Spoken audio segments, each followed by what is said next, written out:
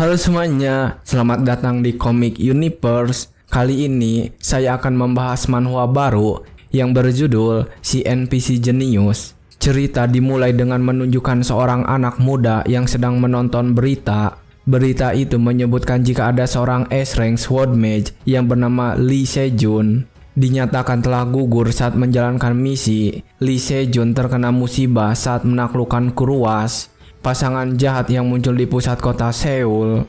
Dalam berita itu menyebutkan jika Lee Sejun telah menangani tak terhitung banyak kasus dan menjadi sosok yang dicintai oleh masyarakat. Dan ruang duka untuk Lee Sejun akan didirikan di berbagai wilayah di seluruh negeri. Serta kabar wafatnya Lee Sejun juga membuat publik terkejut besar. Setelah mendengar tentang berita itu, anak muda yang sedang menonton TV langsung mematikan berita. Dia menganggap jika berita ini tidak masuk akal. Dia tidak terima jika Lee Sejun yang dia disebut sebagai MC mati di waktu yang tidak begitu tepat. Wajahnya terlihat pucat, tidak percaya dengan berita ini.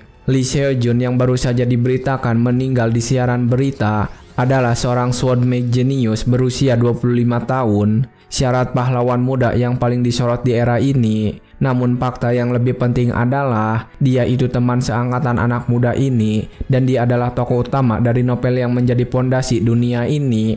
Jika semuanya berjalan sesuai dengan cerita aslinya, semestinya itu akan berakhir dengan happy ending. Dan anak muda yang sedang menonton TV tadi percaya jika mereka bisa kembali ke dunia asalnya. Tapi sekarang dia menjadi pucat karena temannya yang menjadi MC dari dunia ini tiba-tiba mati. Dia saat ini kebingungan dan bertanya-tanya apa yang akan terjadi mulai saat ini. Karena dia telah berpikir setelah novel ini selesai, dia bisa bertemu lagi dengan teman-temannya. Sebelumnya, anak yang bernama Kim Seon-woo yang mana adalah tokoh utama manhwa kali ini.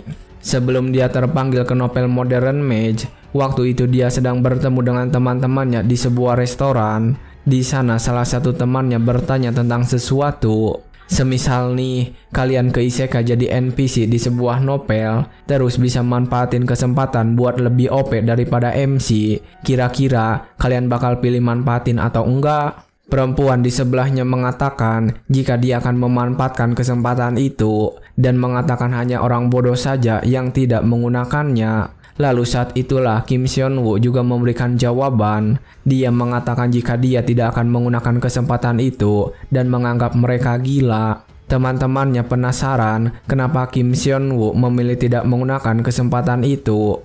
Kim Seon-woo lalu menjelaskan jika dia ikut campur seenaknya lalu sampai bikin MC dari novel itu mati, itu akan menjadi sebuah kehancuran total. Temannya kemudian bertanya apakah Kim Seon-woo tidak kepikiran untuk turun tangan mengatasinya.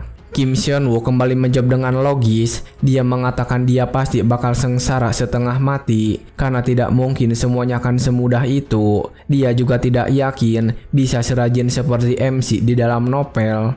Teman-temannya kemudian setuju dengan pendapatnya, tapi mereka juga sedikit kesal dengan pendapatnya. Mereka kemudian bersulang dengan minuman mereka dan menikmati malam itu. Tetapi saat mereka sedang menikmati minuman mereka, Kim Seon-woo mendapatkan sebuah pesan pada ponselnya.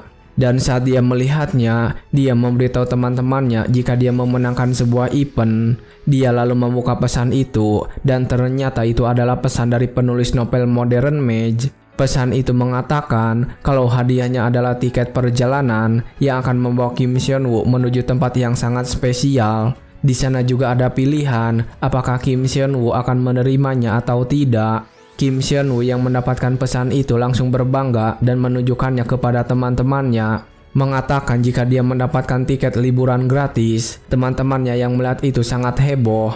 Setelah menunjukkan pesan itu kepada teman-temannya, Kim Seon-woo langsung menekan iya pada pilihan di pesan itu. Dia kemudian mengangkat ponselnya tinggi-tinggi karena senang akan liburan ke luar negeri. Tetapi setelah dia setuju untuk menerima hadiah itu, tiba-tiba saja dia yang sedang mengangkat HP telah berpindah ke dunia lain dan saat ini sedang berdiri di atas lingkaran sihir. Itu adalah kejadian 7 tahun yang lalu. Kim Seon-woo tercebur ke dalam novel favoritnya, Modern Mage. Saat ini, Kim Seon-woo yang mengingat tentang awal mula dia terseret ke sini terlihat kesal. Dan setelah tahu jika Lee Seo-jun mati mendadak membuatnya semakin yakin jika novelnya bakal kacau. Padahal selama ini dia sudah sengaja untuk bergerak di luar cerita utama dan melakukan itu supaya alur aslinya tidak berubah karena kehadirannya. Dia berpikir dengan keras apa yang telah salah, dan saat dia sedang memikirkan itu, tiba-tiba saja televisi yang ada di depannya menjadi kacau dan siarannya buyar.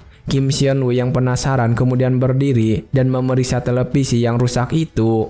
Tapi ketika dia sedang memeriksa televisi tersebut, dia terkejut ketika melihat sesuatu di luar jendela. Saat dia memeriksanya, sebuah retakan di langit muncul. Dan karena sangat penasaran, dia langsung membuka jendela rumah. Saat dia melihat ke arah luar, serpihan-serpihan muncul di sana. Bahkan orang-orang yang sedang berjalan terlihat mulai menghilang. Kim Seon-woo yang melihat itu menjadi sangat panik. Dia bertanya-tanya kenapa semuanya bisa jadi begini. Dan saat dia sedang mempertanyakan hal itu, sebuah notifikasi muncul.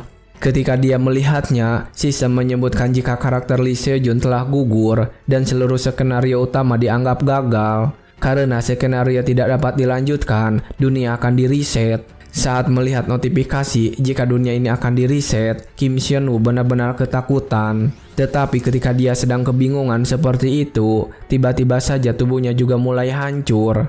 Retakan mulai muncul di sekitar tubuhnya dan langsung menjalar sampai wajah. Setelah semua retakan itu terbentuk sepenuhnya, tubuh Kim Seon-woo langsung mulai menghilang. Lalu setelah beberapa saat, setelah semuanya menjadi gelap, Kim Seon-woo tiba-tiba saja mendengar seseorang terus memanggilnya. Orang itu mengatakan kepada Kim Seon-woo jika mereka sudah sampai di sekolah.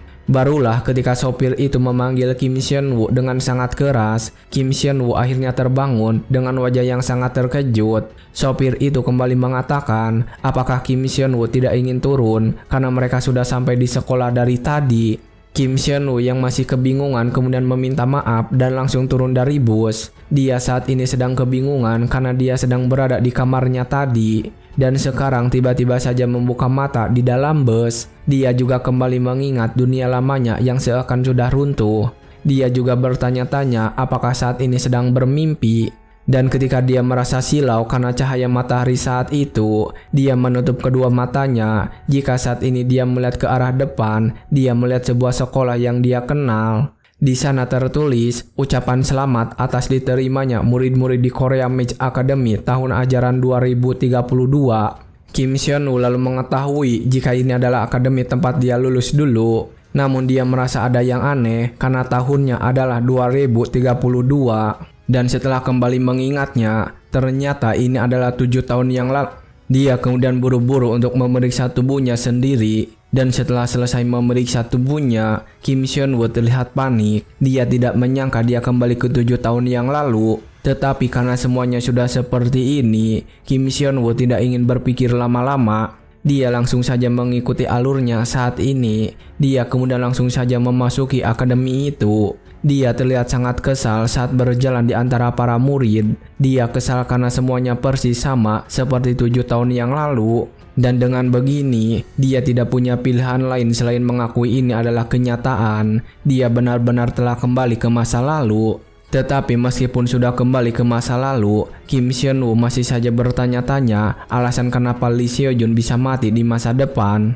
Karena Kim Seon-woo tahu dalam cerita aslinya tidak ada satupun alasan bagi Lee Seo-jun untuk mati. Curuwas juga memang sudah seharusnya mengamuk dan itu sesuai dengan alur aslinya. Tapi pada akhirnya Lee Seo-jun berhasil menaklukkan makhluk itu setelah pertarungan yang begitu brutal. Kim Seon-woo kemudian berpikir dengan serius jika ada alasan lain di balik kematian Lee Seo-jun. Tetapi karena sudah sangat pusing dengan masalah yang dialami sampai saat ini, Kim Seon-woo untuk hari ini memutuskan tidak memikirkannya dan kembali duduk di kursi. Saat ini dia sedang menghadiri upacara penyambutan murid baru. Dia kemudian melihat ke arah sekelilingnya dan bertanya-tanya apa yang akan terjadi jika di kehidupan kali ini Lee Seo-jun mati lagi. Dia bertanya-tanya apakah dia akan kembali ke masa lalu seperti ini lagi, atau mungkin dunia ini bakal hancur total. Dan mengingat kemungkinan kedua, Kim Seon-woo akhirnya berniat tidak akan membiarkan Lee Seo-jun mati dalam kesempatan kali ini. Dan ketika dia sedang memikirkan itu, Lee Seo-jun tidak sengaja berjalan melewatinya. Ketika dia sedang memperhatikan Lee Seo-jun, tiba-tiba saja ada seorang gadis duduk di sebelahnya. Kim Seon-woo kemudian langsung mengangkat tangannya dan menyapa gadis itu. Tetapi gadis tersebut hanya diam saja menatap Kim Seon-woo yang sedang melambaikan tangannya. Kim Seon-woo pada kehidupan kali ini ingin memulai semuanya dengan mendekati tokoh utama. Dia ingin berjuang untuk menyelamatkan Lee Seo-jun dan mencapai ending cerita novel Modern Match agar bisa kembali ke asalnya. Gadis ini adalah Yuara, peringkat 2, kelas 2, salah satu orang yang harus mulai Kim Seon-woo dekati dari sekarang. Dan saat dia sedang memikirkan itu, Yuara tiba-tiba mengatakan sesuatu dengan wajah yang ketus. Kapan kita pernah ketemu sampai tak kenal begitu?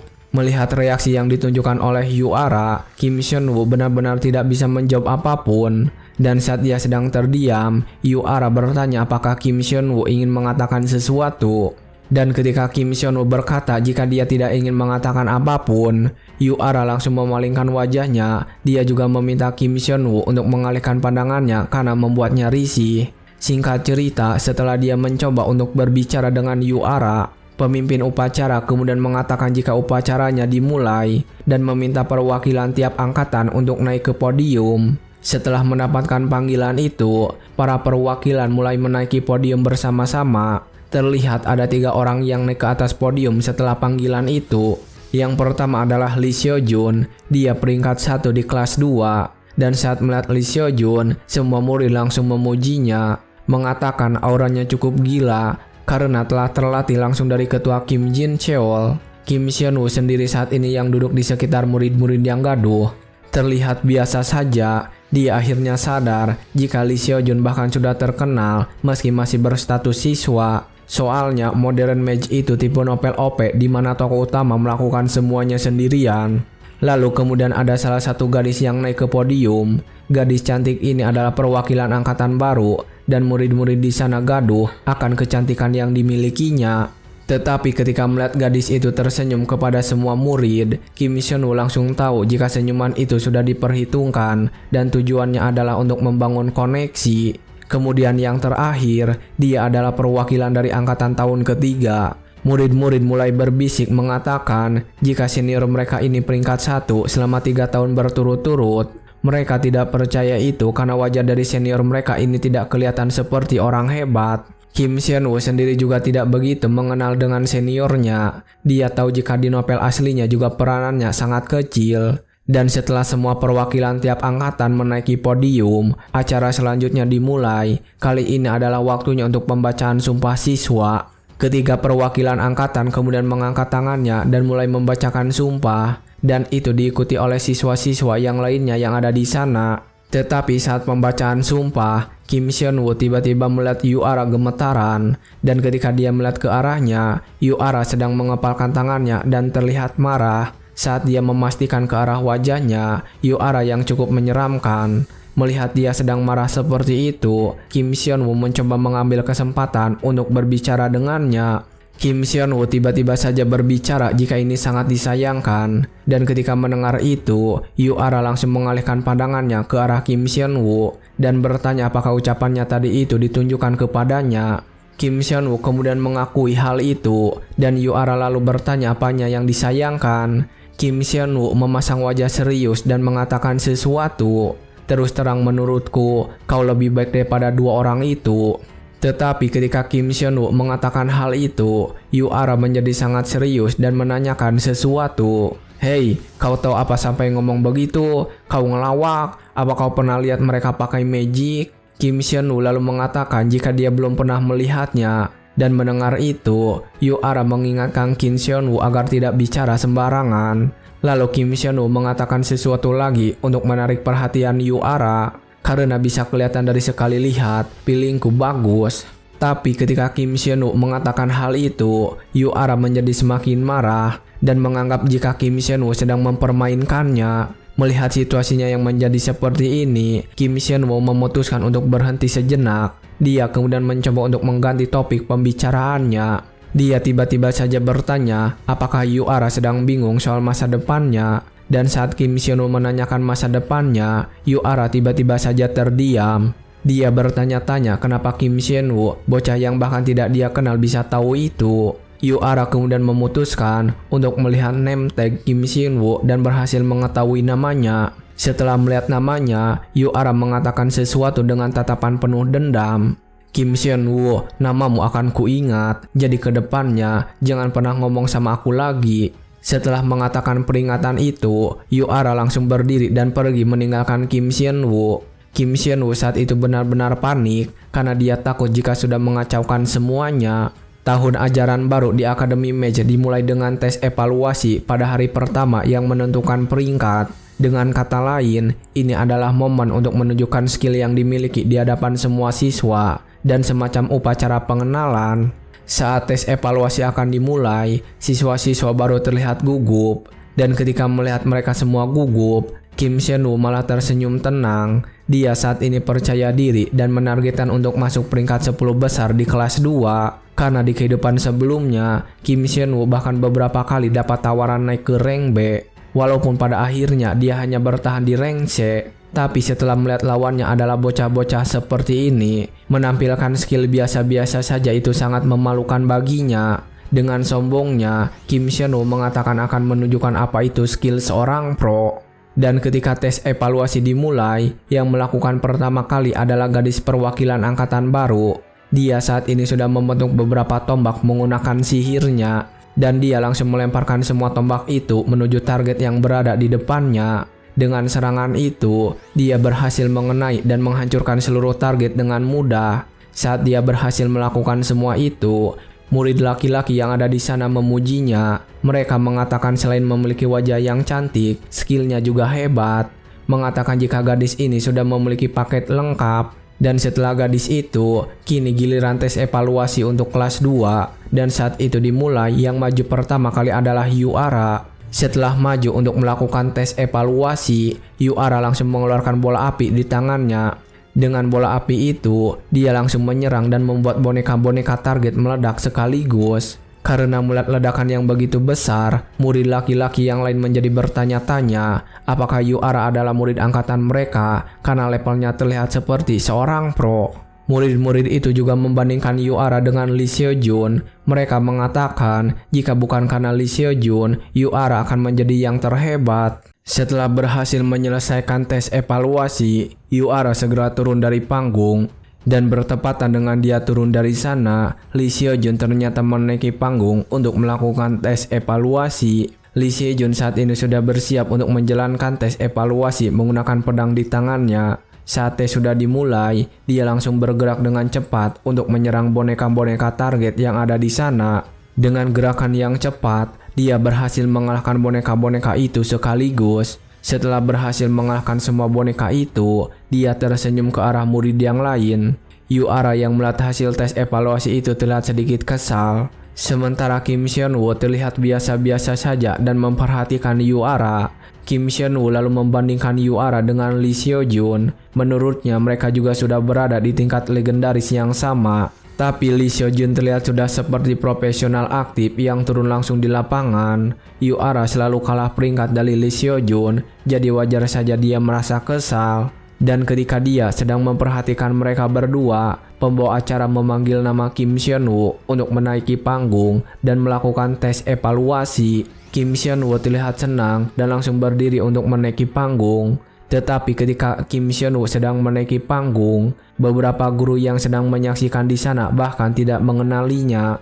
Dan saat seorang guru menanyakan identitas Kim Shin-woo, wali kelas Kim Shin-woo menjelaskannya jika Kim Shin-woo bukanlah murid yang menonjol. Jadi ada kemungkinan kalau guru yang lain melupakannya. Guru wanita yang penasaran kemudian mencoba melihat kembali buku siswa. Dia mengatakan jika menurut catatan tahun lalu, Kim Shin-woo memiliki bakat di tipe enchantment. Tapi guru-guru yang ada di sana kebingungan karena Kim Shin-woo naik ke atas panggung dengan tangan kosong. Mereka akhirnya menduga jika Kim Shin-woo telah pindah ke tipe manifestation. Saat di atas panggung, boneka target sudah kembali muncul. Dan saat boneka target itu muncul, Kim Shin-woo mulai membuat sebuah serangan. Dia memunculkan sebuah energi di tangannya, dan ketika energi itu muncul sedikit, guru-guru menganggap bahwa itu biasa-biasa saja. Tetapi di antara mereka ada seorang guru wanita yang memakai kacamata terlihat terkejut. Dia kaget karena Kim Seon-woo ternyata memakai teknik compressor implementation. Tahap pertama manifestation magic adalah implementation. Mengompres mana yang sudah diimplementasi itu teknik tingkat tinggi bernama compression. Implementation, teknik yang biasanya cuma dipakai magic veteran. Dan bukan hanya guru berkacamata saja yang terkejut, Lee Seo-jun dan Yoara sama terkejutnya ketika melihat apa yang dilakukan oleh Kim Seon-woo. Guru itu bertanya-tanya bagaimana mungkin murid kelas 2 seperti Kim Seon-woo bisa melakukannya.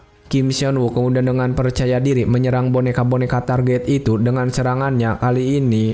Tetapi ketika melepaskan energi sebelum sampai mengenai boneka target, tiba-tiba saja energi yang menghilang. Dan itu membuat seluruh murid di ruangan terkejut. Mereka akhirnya mentertawakan Kim Seon-woo karena kehabisan mana hanya dengan melakukan itu saja. Saat mereka sedang mentertawakannya, Kim Seon-woo sendiri terdiam tidak bisa berkata apa-apa. Tapi ketika dia sedang melamun karena kegagalan, tiba-tiba saja muncul sebuah notifikasi. Dan ketika dia sedang membacanya, notifikasi yang lain bermunculan. Kim Seon-woo yang melihat itu terlihat kebingungan. Dia bertanya-tanya kenapa notifikasi itu muncul sekarang. Singkat cerita, tes evaluasi itu pun berakhir. Dan saat ini Kim Seon-woo sudah berada di kamarnya. Dia saat ini sedang memikirkan notifikasi yang muncul waktu ujian. Dia bertanya kenapa sekarang berbeda. Status window itu muncul lebih awal dari yang dia tahu. Waktu itu ketika di tempat ujian, Kim Seon-woo terkejut saat melihat notifikasi yang menyebutkan bahwa outsider benefit telah terbuka. Bahkan sistem mengatakan skenario utama telah dimulai. Dan bahkan saat itu beberapa pencapaian langsung didapatkan oleh Kim Seon-woo. Salah satunya adalah achievement clown talent yang memberikannya banyak poin, yaitu 5.000 poin. Saat itu terjadi, ternyata murid-murid yang lain sedang memintanya untuk turun, dan bahkan mereka merasa terhibur karena kelakuan lucu Kim Seon-woo. Dan saat dia membuat orang-orang mengingat wajahnya, Kim Seon-woo kembali mendapatkan reward 1000 poin. Lalu sistem memberitahu jika tokoh utama Lee Seo-jun mulai tertarik pada Kim Seon-woo, dan dia kembali mendapatkan reward 1000 poin. Sistem lalu memberitahu jika 4 tokoh utama lainnya mulai memperhatikannya juga. Dia mendapatkan 3.000 poin tambahan lagi. Kim Seon-woo yang mendapatkan semua poin itu diam saja menerimanya dengan senang. Dan kembali ke saat ini, di kamarnya dia sedang duduk memikirkan semua itu. Dia tidak menyangka dalam waktu singkat sudah bisa mendapatkan 10.000 poin.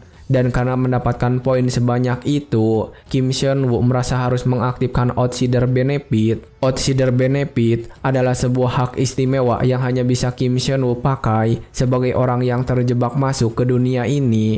Melalui berbagai status window, dia bisa melihat semua informasi. Dan poin bisa didapatkan dari sistem pencapaian saat pencapaian tertentu dipenuhi, atau lewat sistem reputasi. Semakin terkenal, semakin banyak poin yang masuk. Dan yang paling Kim Seon-woo sukai dari semua outsider benefit adalah point store. Karena Kim Seon-woo bisa membeli trait, skill, atau item menggunakan poin. Dia menganggap itu adalah sistem yang OP. Tapi ketika dia sedang memikirkan semua itu, Kim Seon-woo merasa terganggu dengan pencapaian clone talent. Dia merasa jika pencapaian itu terlalu kejam untuknya. Dia juga sedang merasa kesal karena dia lupa kalau dia usianya saat ini mananya masih kurang. Tapi dia bersyukur karena ini pertama kalinya bisa mendapatkan perhatian sebesar ini, baik itu kehidupan lalu maupun sekarang. Dan berkat itu, dia berhasil mengumpulkan poin yang sangat banyak.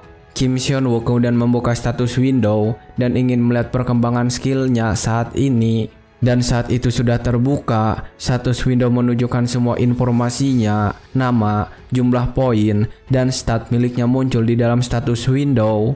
Dan ketika melihat seluruh statnya, Kim Seon-woo sedikit merasa kesal. Karena dulu dia sudah menghabiskan banyak poin untuk menaikkan statnya. Lalu sekarang semuanya sudah di reset. Dia bertanya-tanya butuh berapa lama untuk menaikkan semua statnya lagi. Dan ketika dia sedang memikirkan itu, dia kemudian bertanya apakah di kehidupan ini, jika dia menaikkan statnya, apakah itu akan langsung permanen lagi. Di dunia ini ada 4 jenis magic: enchantment, manifestation, support, dan summon. Enchantment adalah magic jarak dekat yang memperkuat tubuh atau senjata. Manifestation adalah tipe magic yang lebih klasik, mengumpulkan mana lalu menembakkannya sebagai serangan. Summon dan support bekerja sesuai namanya, menggunakan magic pemanggilan dan magic pendukung.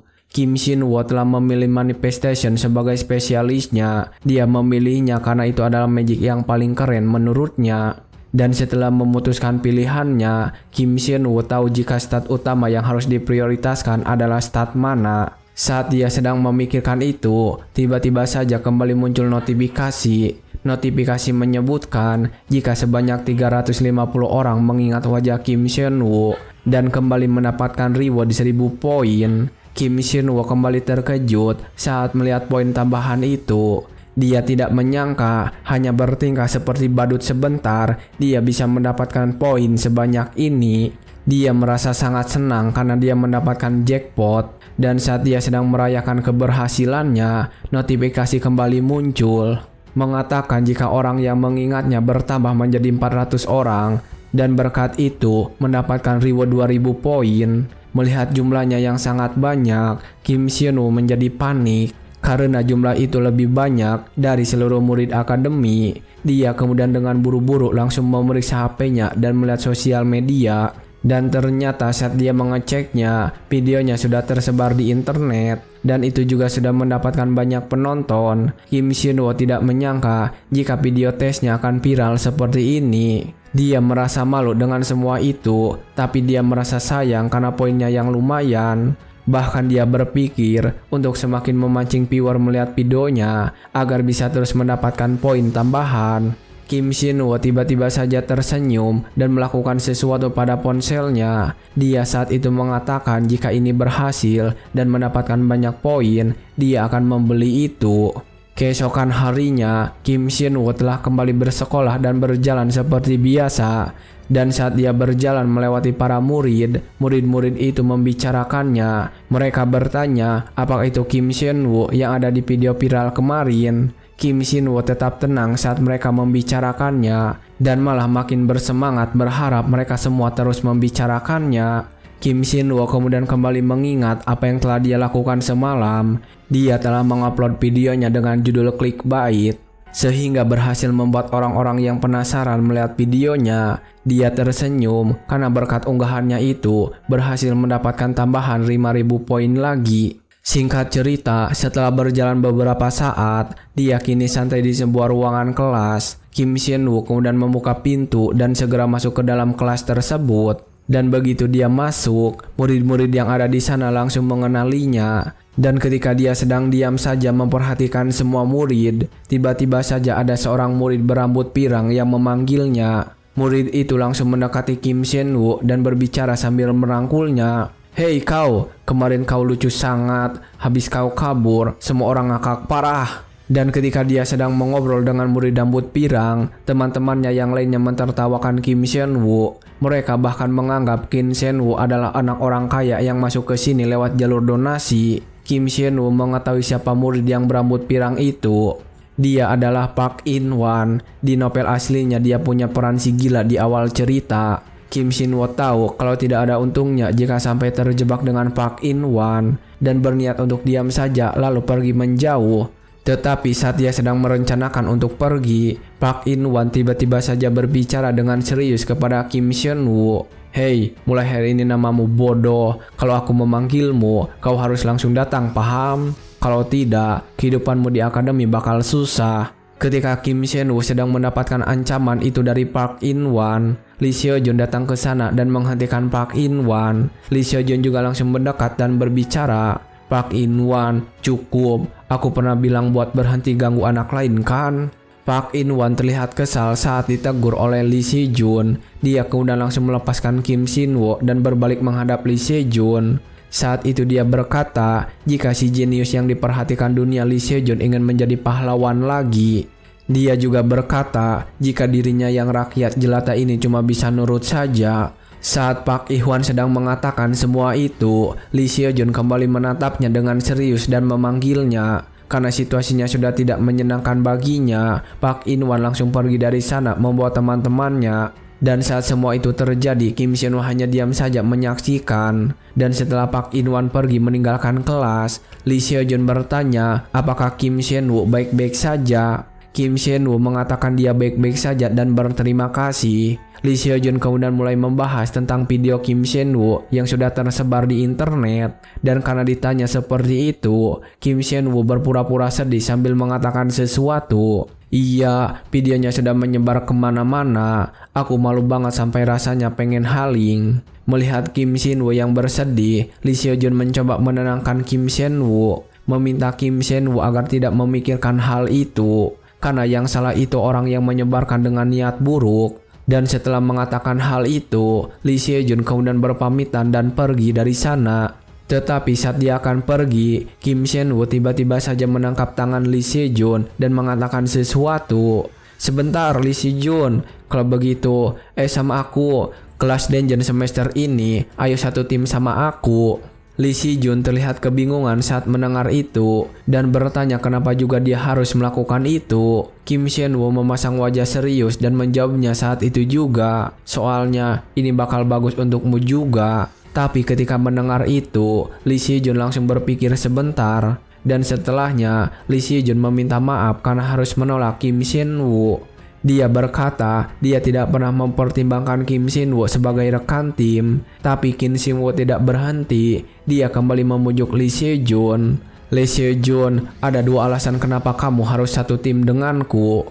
Dan setelah mendengar itu, Lee Seo-jun meminta Kim Sien-woo untuk menjelaskan alasannya. Kim Sien-woo lalu menjawab jika alasan pertamanya adalah bahwa Kim Sien-woo sebagai peringkat terakhir dari seluruh siswa kelas 2. Dan ketika mendengar tentang alasan itu, Lee Seo-jun tidak bisa menahan tawanya. Dia tertawa karena tidak menyangka jika alasannya sepele. Tapi ketika Lee Seo-jun sedang tertawa lepas, Kim Sien-woo kembali menjelaskan dengan tenang. Kau tahu kan, semua tes gabungan punya sistem penyesuaian nilai. Kalau siswa peringkat 1 sepertimu bersama denganku yang paling bawah, nilaimu bakal jadi lebih bagus. Saat Kim Sien-woo mengatakan hal itu, Lee Seo-jun terlihat terkejut. Dia tahu apa yang dibilang Kim Sien-woo benar, tapi memiliki resiko yang terlalu besar. Dan ketika Lee Seo-jun sedang ragu, Kim Sien-woo kembali menjelaskan alasan keduanya.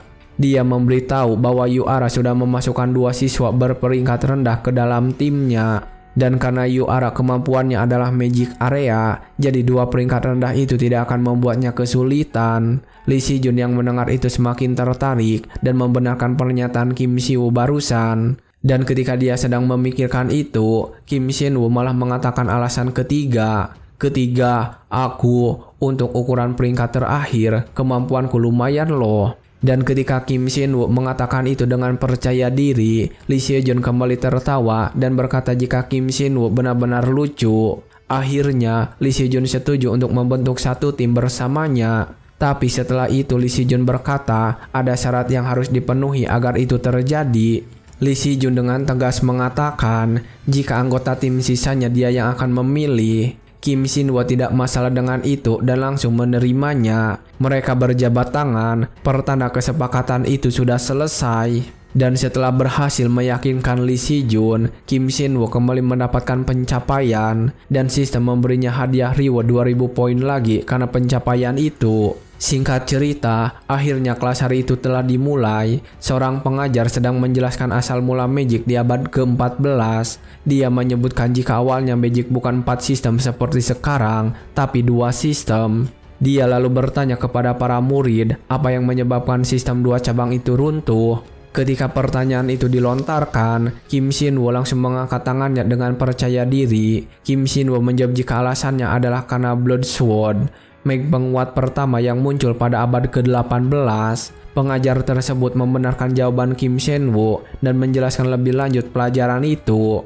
Kim Sien-woo sendiri bersikap biasa saja saat pelajaran itu. Dia percaya diri dengan kemampuannya pada bidang teori Magic klasik dan formula rumit, yang bahkan Lee Seo-jun akan kesulitan memahaminya. Dia sangat yakin karena Outsider Benefit memberinya semua info dasar. Jadi untuk mata pelajaran yang bersikap teori, Kim Sien-woo benar-benar percaya diri lebih dari siapapun. Tapi ketika Kim Seo Jun sedang merangkum semua pelajaran dari guru, murid yang lain tidak suka dengannya. Mereka membicarakan Kim Shin Woo yang peringkat terakhir. Kim Shin Woo yang mendengar itu benar-benar merasa kesal dengan mereka. Dan tak terasa, kelas itu berakhir begitu saja. Dan kini tiba waktunya untuk istirahat makan siang. Semua murid langsung saja keluar dari kelas dan menuju kantin sekolah. Saat dalam perjalanan menuju kantin, Kim Shin Woo tiba-tiba berhenti karena Lee Si Jun memanggilnya. Lee Si Jun mendekati Kim Shin Woo dan mengajaknya makan bareng sebagai perayaan pembentukan tim mereka. Kim Shin Woo tidak menolak ajakan Lee Si Jun dan berangkat ke kantin bersama-sama. Mereka juga sudah bersama-sama saat ini setelah mengambil makanan mereka. Dan ketika mereka akan menuju meja yang kosong di sebelah sana, ada seseorang yang memanggil Lee Si Jun dan melambaikan tangannya. Dan ketika melihatnya, Kim Shin Woo tahu anak itu bernama Shin Yong Jun, salah satu tokoh utama dunia ini dan sahabat Lee Seo Jun. Dan ketika mereka berdua sedang mengobrol, Kim Shin Woo tahu jika sesama peringkat atas membentuk tim, nilainya tidak akan maksimal. Kim Shin Woo tahu jika mereka berdua pasti berpisah saat ini. Dan ketika Kim Shin Woo bergabung ke meja mereka bersama, Shin Yeon Jun langsung menyadari dan menyapa dia. "Kau Kim Shin Woo kan? Aku sudah lihat loh videomu." Dia lalu bertanya pada Lee Seo Jun sejak kapan mereka berdua menjadi akrab. Lee Seo Jun menjawab mereka baru saja akrab karena lusa nanti mereka akan menjelajah dungeon bersama. Mendengar itu, Shin Yeon Jun sedikit kaget. Dia lalu mendekati Lee Si Jun dan berbisik menanyakan sesuatu. "Kau kan percaya diri bisa juara 1 tanpa bab penyesuaian peringkat bawah, memangnya perlu?" Lee Si Jun menarik napas dan menjelaskan alasan kenapa dia membentuk tim dengan Kim Shin Woo.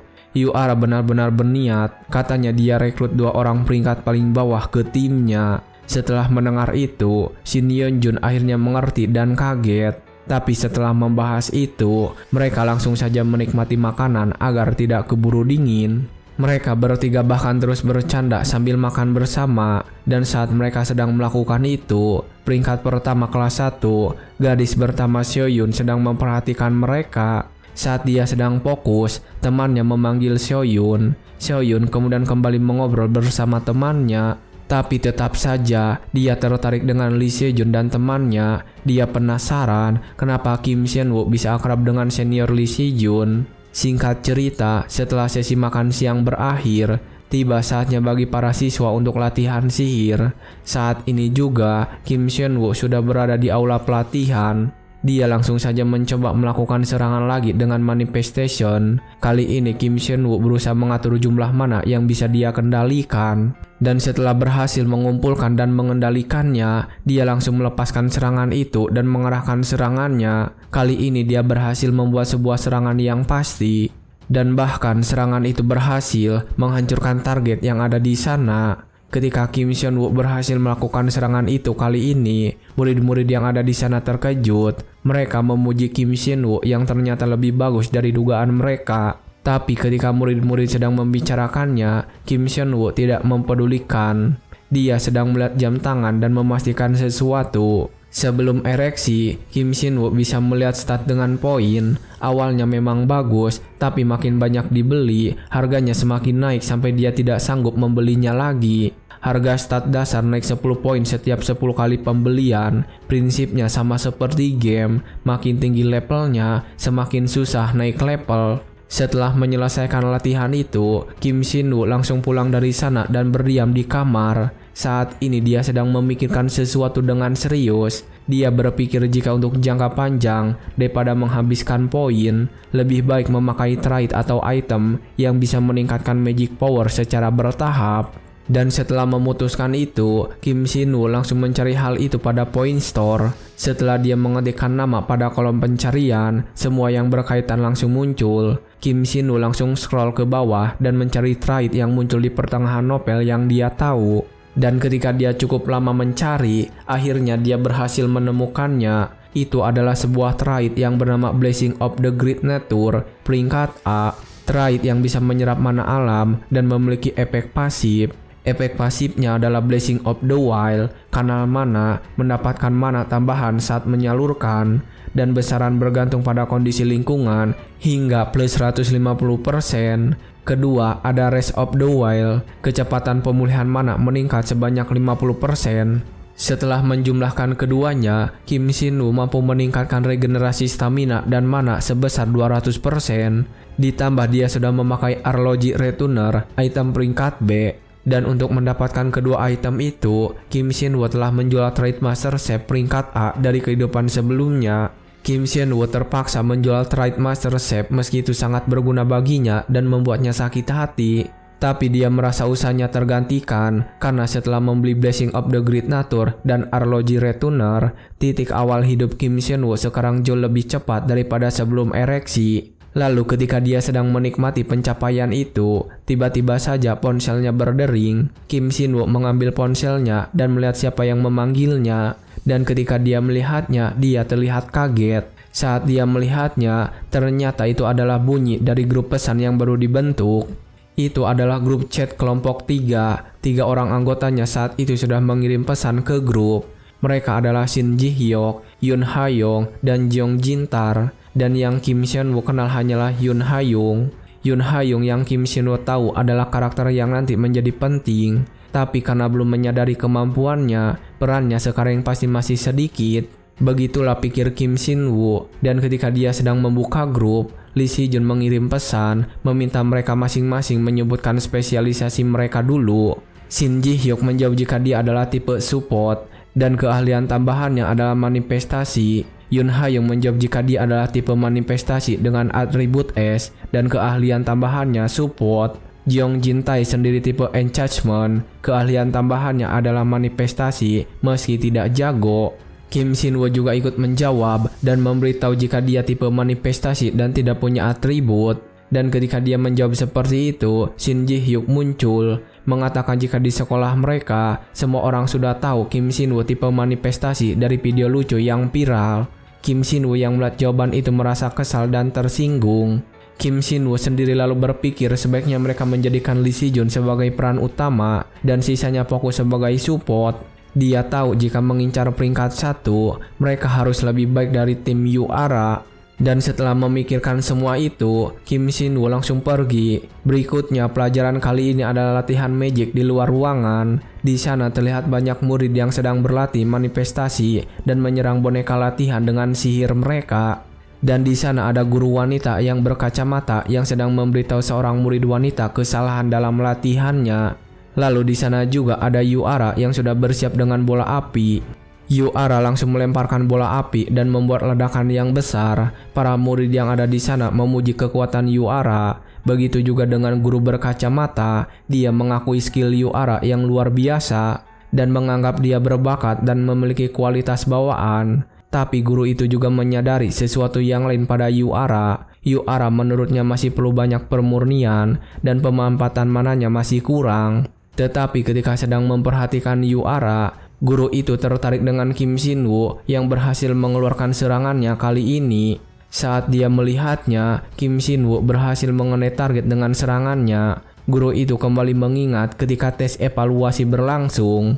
Saat itu dia menyadari Kim Shin-woo terlalu fokus dengan implementation sampai gagal melakukan rilis. Tapi sekarang dengan mana minimal mungkin, rilis dan implementation Kim Shin-woo sudah sempurna. Guru itu tersenyum dan memuji Kim Shin-woo yang berhasil menyadari masalah diri sendiri pada usianya yang masih muda. Dan saat sore hari sudah tiba, guru itu langsung mengakhiri kelas spesialisasinya. Semua murid yang berkumpul kemudian berterima kasih kepada ibu guru. Setelahnya mereka semua langsung pergi meninggalkan lapangan latihan. Guru berkacamata tiba-tiba saja memanggilnya dan mendekatinya. Dan setelah mendekatinya, guru itu menanyakan sesuatu pada Kim Shin-woo. Bagaimana mana breathingmu? Masih dilakukan seperti biasa? Kim Shin-woo yang mendapatkan pertanyaan itu langsung sadar jika guru mengetahui jumlah mana miliknya yang kurang dibandingkan kemampuannya saat ini. Kim Shin-woo lalu mengatakan kalau dia masih melakukannya sampai saat ini. Guru itu kemudian mengatakan lagi jika Kim Shin-woo bagus dalam banyak hal tetapi memiliki mana yang terlalu sedikit. dan mengatakan tidak ada trik khusus untuk menimbun mana, jadi butuh usaha yang konsisten. Kim Shin-woo kemudian dengan semangat menjawab jika dia akan berusaha dengan keras. Dan setelah dia menjawab pertanyaan itu, guru memberikan sebuah gelang untuknya. Guru menjelaskan jika item ini akan membantu mana breathing dan menjaga kondisi tubuh. Kim Shin-woo yang mendengar tentang deskripsi item itu menjadi ragu. Dia bertanya apakah dia boleh menerima barang seperti itu. Guru kemudian langsung memaksa Kim Shin-woo untuk menerima item itu, mengatakan jika itu adalah item rank up yang dibuat untuk latihan dan harga aslinya juga tidak seberapa. Kim Shin-woo kemudian berterima kasih dan menerima barang itu. Guru juga tersenyum dan meminta Kim Shin-woo untuk segera kembali karena kelas sudah selesai. Kim Shin-woo yang menerima item itu kemudian langsung pulang dari sana dan berjalan sendirian. Tapi ketika dia sampai di suatu tempat, dia berhenti karena melihat Yuara yang sedang berdiri menunggunya. Ketika dia sudah dekat, Yuara langsung memanggil dan mengatakan sesuatu. Hei Kim Shin-woo, kau kali ini satu kelompok dengan Lee Si-jun. Sepertinya kau mau menumpang tenar ke Lee Si-jun yang peringkat 1. Tapi asal kau tahu, peringkat 1 kali ini milikku, paham? Yuara mengatakan itu dengan wajah yang menyeramkan. Dan setelah mengatakan semua itu, Yuara langsung saja berbalik dan pergi meninggalkan Kim Shin-woo. Kim Shin-woo yang melihat Yuara bersikap seperti itu diam saja. Saat ini dia tidak mengerti kenapa Yuara benar-benar begitu sensitif. Singkat cerita, pada Kamis pagi berikutnya, murid-murid sudah berkumpul di pintu masuk dungeon. Dan di depan sana, Lee Si-jun sedang menyambut kelompok barunya. Ini pertama kalinya kita semua berkumpul begini. Ayo berjuang selama semester 1 ini. Yoon Ha-young terlihat bersemangat saat Lee Si-jun berkata seperti itu. Tapi ketika mereka sudah berkumpul, Shin Ji-hyuk tiba-tiba mengatakan jika tim mereka ini unik karena ada peringkat 1 dan peringkat terbawah dalam satu tim. Dia kemudian bertanya apakah Kim Shin-woo bisa bekerja dengan baik. Karena ketika tes kemarin, Shin Ji-hyuk berkata jika tidak melihat magic sihir apapun dari Kim Shin-woo. Kim Shin-woo diam saja dan tidak membalasnya ketika diejek. Saat dia sedang diam, Jong Jin-tae datang ke sana menghentikan. Ah, ya sudahlah, kan Seo-jun yang membawa dia pasti bisa carry sendiri.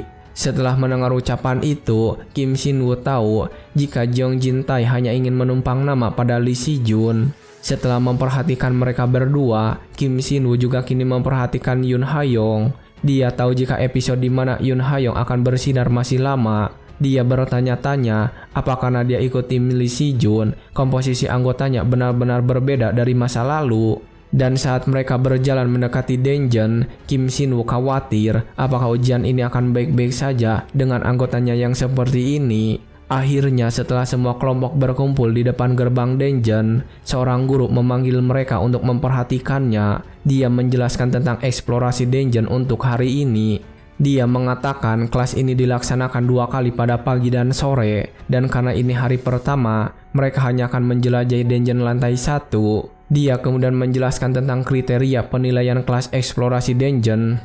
Pertama, yang dinilai adalah kecepatan penaklukan dunia. Semakin cepat, semakin banyak poin tambahan. Kedua, skor penyesuaian peringkat. Semakin rendah peringkat anggota tim yang dibawa, semakin besar poin tambahan yang kelompok itu dapatkan. Lalu guru itu terlihat menjadi serius saat akan mengatakan kriteria terakhir.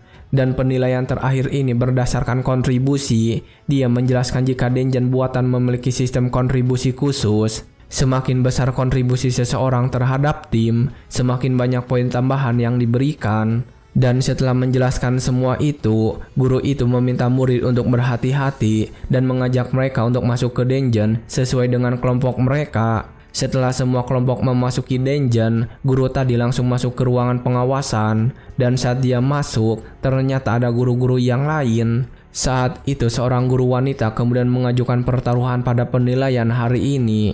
Dia ingin bertaruh di mana yang dapat skor tertinggi. Guru laki-laki itu mengatakan jika semuanya pasti akan bertaruh pada tim Yuara.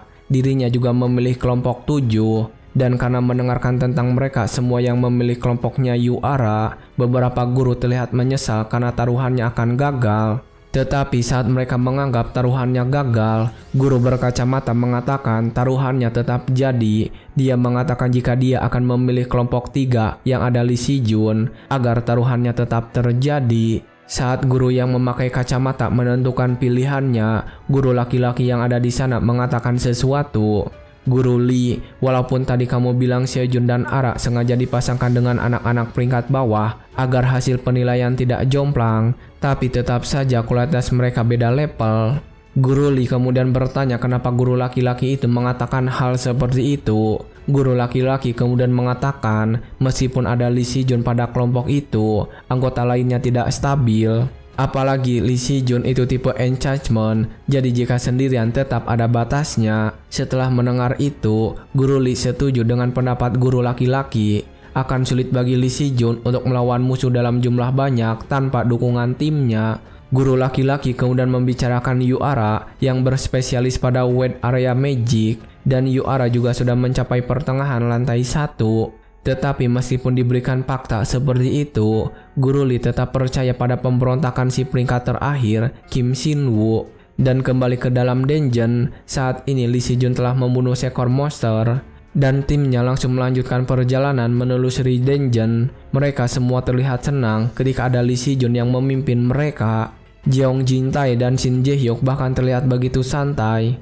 Mereka berdua kemudian membicarakan kira-kira bos lantai 1 itu seperti apa. Shin Jae-hyuk lalu menjawab jika biasanya lantai 1 itu harusnya muncul monster kelas receh. Tetapi ketika mereka berdua sedang meremehkan bos monster lantai 1, Yoon Ha-young yang mendengarnya meminta mereka berdua untuk waspada. Karena meskipun hanya lantai 1, bos monster yang keluar akan kuat. Dia lalu bertanya kepada Kim Shin-woo, menurutnya kira-kira monster apa yang akan muncul.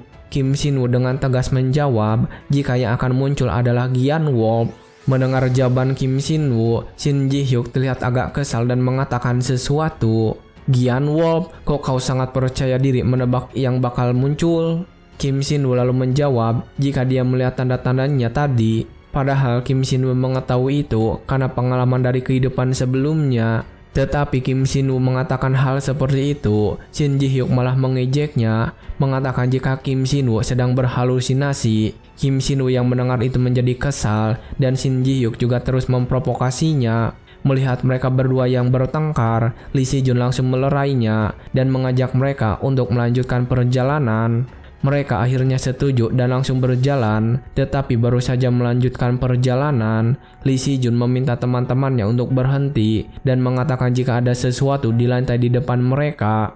Dan ketika mereka memeriksanya, ternyata ada sebuah magic circle yang sudah terukir di lantai. Saat melihat magic circle yang sedang aktif, Lee Si-jun mengatakan kepada yang lain jika dia tidak tahu magic circle jenis apa. Teman-temannya juga memperhatikan magic circle itu. Mereka bertanya kenapa ada magic circle di tempat ini.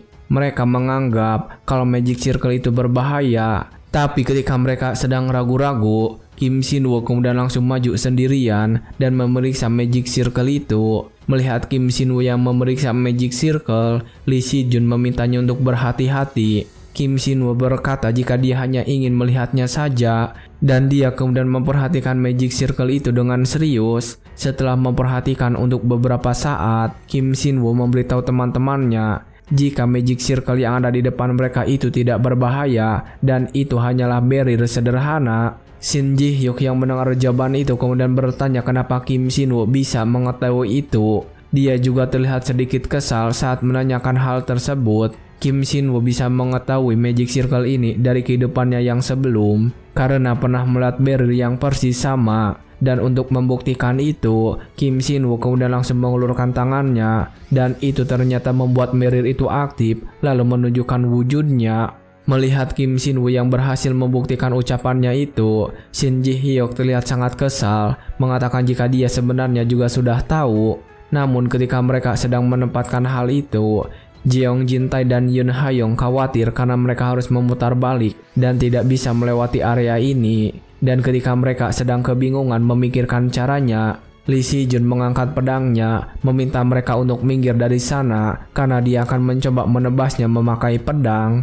Setelah mengatakan itu, Lee Si-jun langsung menggunakan enchantment pada pedangnya. Dan setelah dia melakukan itu, Lee Si-jun langsung mencoba untuk menyerang barrier tersebut. Setelah mencoba menyerangnya berkali-kali, terlihat sebuah retakan muncul pada Beryl. Melihat ada retakan yang muncul, teman-temannya terlihat bahagia. Tapi ketika mereka berharap serangan itu berhasil menghancurkannya, retakan itu kembali menutup dan menyembuhkan dirinya sendiri. Mereka terlihat kecewa setelah melihat Beryl itu mulai pulih. Lee Si-jun lalu mengatakan ingin mencobanya sekali lagi. Tetapi ketika dia akan maju, Shin Ji-hyuk menghentikan dan mengatakan sesuatu dengan sombong. Sekarang saatnya aku turun tangan ya, walaupun tampangku begini, tapi aku aslinya magic tipe support. Dia kemudian menaikkan salah satu lengan bajunya dan maju menuju Magic Circle. Dia kemudian mengulurkan tangannya dan mengatakan kepada semua orang untuk memperhatikannya baik-baik. Dia lalu meletakkan tangannya di atas Magic Circle yang bercahaya, dan setelah merasakannya, dia mengatakan jika ini sangat rumit, bahkan akan memakan waktu cukup lama, sekitar 40 menit. Dan ketika Shin Ji-hyuk mengatakan akan mencoba secepatnya, Kim Shin-woo langsung menghentikan. Dia menangkap tangannya dan mengatakan sesuatu.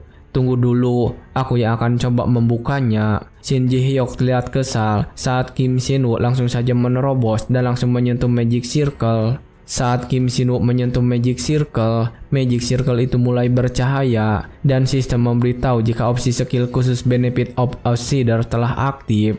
Dan sistem membantunya untuk membaca dan menganalisis magic formula. Saat semuanya sudah aktif, muncul beberapa magic formula dari Magic Circle di depannya. Dalam status window, terlihat banyak sekali tulisan-tulisan yang acak-acakan. Dan setelah melihatnya beberapa saat, Kim Shin-woo langsung menyentuh beberapa tulisan. Dan setelah beberapa saat mencoba memecahkannya, Kim Shin-woo berhasil menyatukan semua kata-katanya. Itu bertulisan Korea Mage Academy, Artificial Dungeon lantai 1, Magic Circle Beryl, level mudah, bos lantai 1 Jian Wolf. Setelah menyusun semua kalimat itu, Magic Circle kembali bercahaya, dan setelahnya Beryl mulai runtuh. Kim Shin-woo kemudian tersenyum kepada teman-temannya setelah berhasil menyelesaikan masalah ini. Teman-temannya terlihat tidak percaya karena dia melakukannya dalam waktu yang sangat cepat. Dan saat dia selesai menghilangkan Beryl, sistem memberitahu jika Lee Si-jun merasa terkejut oleh tindakannya. Dan level interest Lee Si-jun terhadap Kim Si-woo telah bertambah. Saat ini sistem menunjukkan level interest Lee Si-jun berada pada level 1. Sistem tambahan memberikannya reward senilai 5.000 poin. Kim Shin-woo yang melihat itu terlihat kebingungan karena baru melihat level interest pada kehidupan kali ini. Tapi ketika mereka berhasil menghancurkan Beryl, dari hadapan mereka muncul bos lantai 1, Jian Wolf. Monster itu berdiri di hadapan mereka semua dan mulai langsung menyerang. Dan melihat penampakan Jian Wolf sebagai bos lantai 1, mereka semua kembali terkejut karena pernyataan Kim Shin-woo sebelumnya benar terjadi. Sementara saat ini, ketika Jian Wolf sedang menyerang mereka, Lee Si-jun sudah siap untuk melawan. Dan ketika Jian Wolf sudah dalam jarak serang, Lee Si-jun langsung memenggal kepalanya menggunakan pedang. Hanya dengan sekali serangan, Jian Wolf itu berhasil dikalahkan. Atas keberhasilannya itu, teman-teman memujinya. Bahkan Yoon Ha-young mengatakan jika Lee Si-jun sangat keren karena mengalahkan bos monster seperti mengalahkan monster biasa. Singkat cerita, setelah berhasil mengalahkan bos monster lantai 1, mereka semua berhasil keluar dan menyelesaikan dungeon. Dan saat mereka keluar dari dungeon tersebut, guru yang ada di sana memuji mereka, lalu memberitahu jika kelompok 3 mendapat peringkat 2 di minggu pertama ini. Lee Si-jun terkejut saat mendengar itu dan bertanya pada guru tersebut siapa yang ada di peringkat pertama. Guru itu mengatakan jika peringkat pertama adalah kelompok 7 dan mereka menyelesaikannya 30 menit lebih cepat dari kelompok 3. Setelah mendengar itu, Lee Si-jun tetap tenang dan sudah tahu jika itu adalah Yuara. Teman-temannya yang lain kemudian juga memeriksa papan peringkat melalui HP-nya. Mereka terkejut karena Yuara menyelesaikan dungeon itu hanya dalam waktu 4 jam 11 menit. Mereka khawatir karena posisi mereka saat ini hanya 2 menit lebih awal dari peringkat 3. Mereka takut jika peringkat 3 itu akan bisa berhasil menyalip mereka. Tetapi saat mereka semua sedang khawatir, Lee Si-jun sendiri tiba-tiba saja memegang bahu Kim Shin-woo dan mengatakan sesuatu.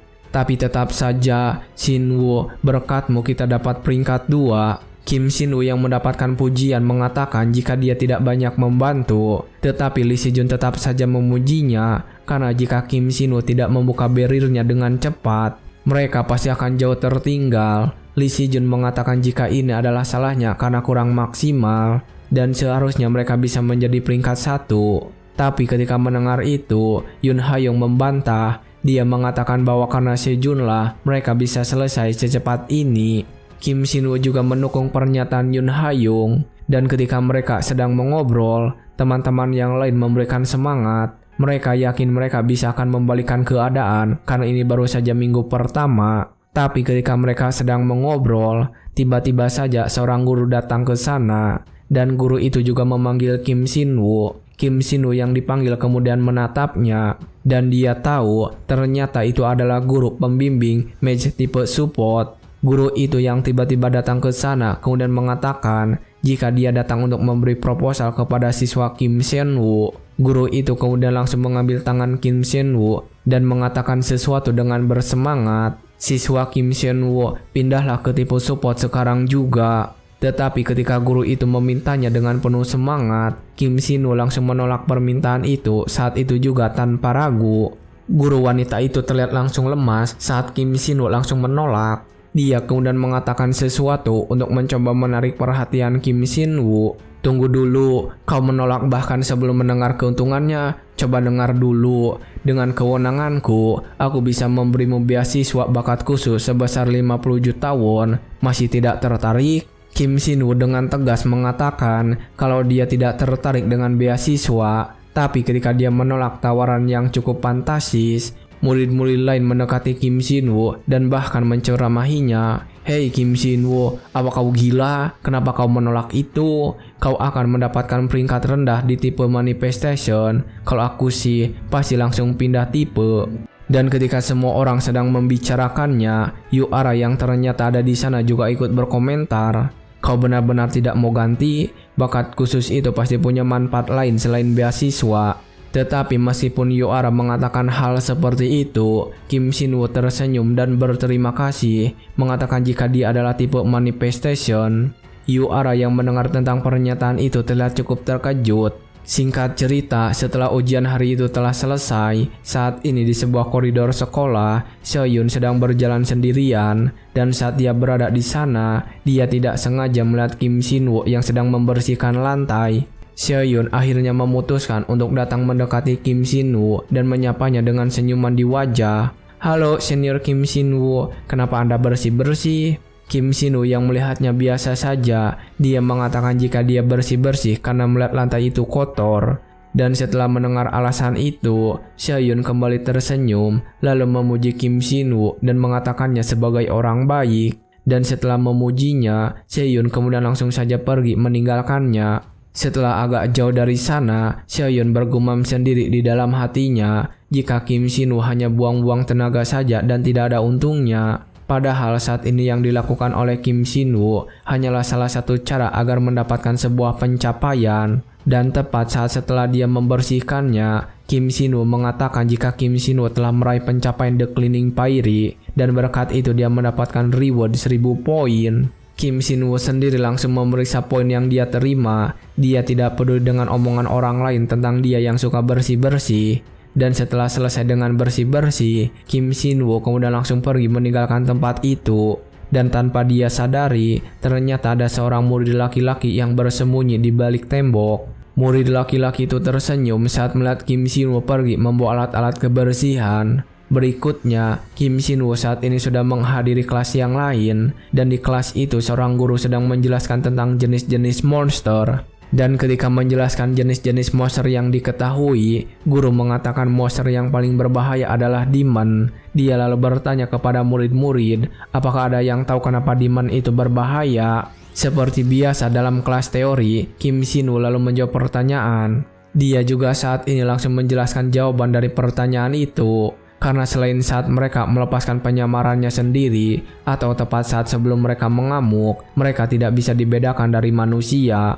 Guru membenarkan jawaban Kim Shin-woo. Guru menjelaskan jika demon adalah sumber segala kejahatan yang meminum darah manusia dan mengendalikan monster. Dan demon itu telah berakar dalam di masyarakat mereka. Guru menjelaskan karena tidak ada perbedaan fisik, orang biasa tidak bisa membedakan demon tanpa peralatan. Saat guru itu sedang menjelaskan tentang demon pada pelajaran itu, Kim Shin-woo sendiri tidak memperhatikannya. Dia malah teringat jika minggu ini adalah episode di mana demon muncul untuk pertama kalinya. Episode di mana Lee Si-jun meskipun masih seorang pelajar, tapi dia mampu mengalahkan demon dan kembali menarik perhatian. Tapi meskipun sudah mengetahui Lee Si-jun akan berhasil mengalahkannya, Kim Shin-woo masih merasa khawatir. Dia takut jika ada hal berbahaya di sekitarnya dan harus memeriksanya. Tetapi meski dia ingin bergabung dengan Lee Si-jun, Kim Shin-woo langsung terlihat pucat karena dia tahu untuk mengikuti kegiatan bersama Lee Si-jun, dia membutuhkan uang yang banyak. Singkat cerita, setelah kelas itu selesai, Kim Shin-woo saat ini sedang berlatih di sebuah ruangan. Dia sedang fokus dan mengumpulkan mana di dalam tubuhnya. Sebuah energi mulai terbentuk dan bercahaya di pusat tubuh Kim Shin-woo. Dan ketika dia sedang fokus dengan latihan itu, notifikasi muncul. Ternyata sistem memberitahu jika poin latihan The Grand Nature naik 12%. Setelah mendapatkan pencapaian itu, Kim Shin-woo berhenti dan meregangkan tubuhnya. Dia bersyukur karena selalu menyempatkan dirinya berlatih setiap ada waktu, dan mananya juga sudah terkumpul lumayan banyak. Saat dia sedang mensyukuri hal itu, tiba-tiba notifikasi lainnya muncul. Itu mengatakan jika The Grand Nature naik ke level 2, dan efek penggunaan dari The Grand Nature juga telah terbuka. The Heart of Grand Nature dapat digunakan. Ketika melihat notifikasi itu, Kim Shin-woo terlihat sangat senang. Dia senang karena The Heart of Grand Nature memiliki efek kecepatan pemulihan mana meningkat 1000% selama 1 menit. Tapi memiliki cooldown selama 24 jam dan itu termasuk lama.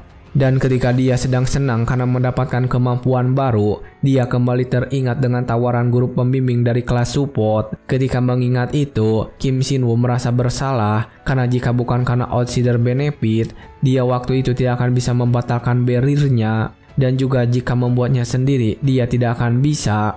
Oleh karena alasan inilah, Kim Shin-woo merasa kelas support memang bukan untuknya. Tapi ketika mengingat beasiswa yang sangat besar, dia juga merasa sedikit menyesal. Lalu Kim Shin-woo melihat rekening pribadinya dan terlihat saldonya hanya tersisa 3.800 won saja.